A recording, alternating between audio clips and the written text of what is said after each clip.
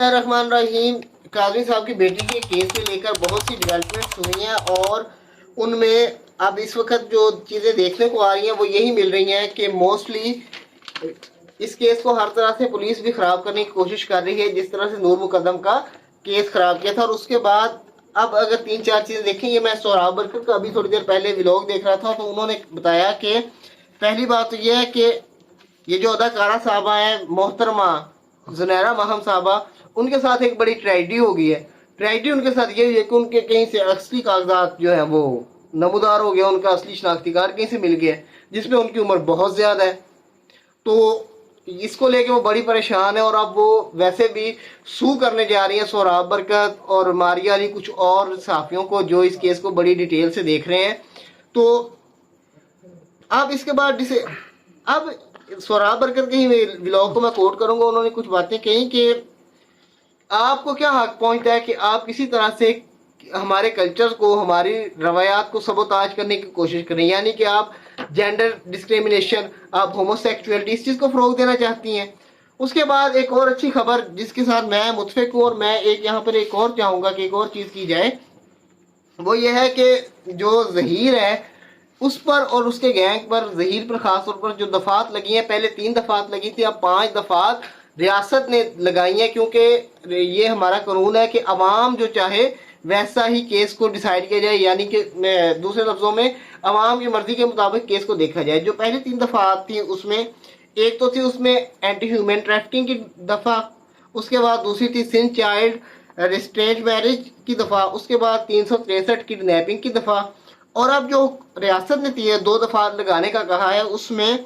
364A, यानी कि कम उम्री में किसी लड़की को अगवा करना। और इसमें अब इन्वेस्टिगेशन ये होगी कि ज़हीर का असल मकसद क्या था, क्या वो उसको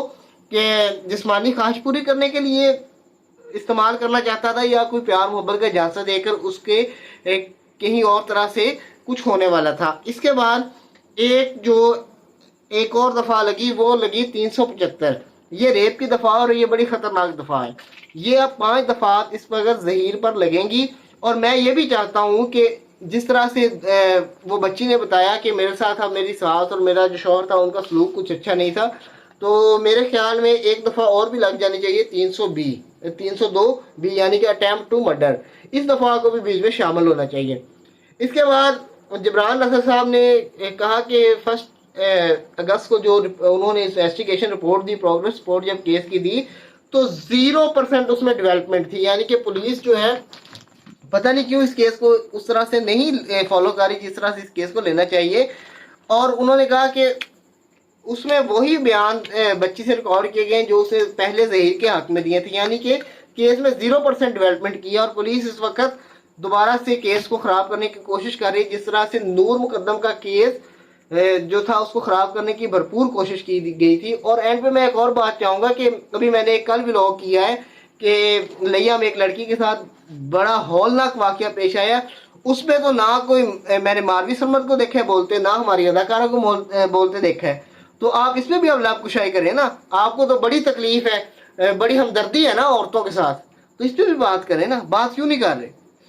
तो हम सब समझते हैं, पाकिस्तानी कौम बहुत अच्छे तरीके से समझती है कि आप लोग क्या करते फिरें और आप हमारे माशरे को किस तरफ लेकर जाने की कोशिश कर रहे हैं। ये पाकिस्तान है, ये इस्लाम के नाम पर बना है और यहाँ पर इस्लामी कवानीन ही नाफिज होंगे। इस साल हमेशा के लिए पाइंदाबाद।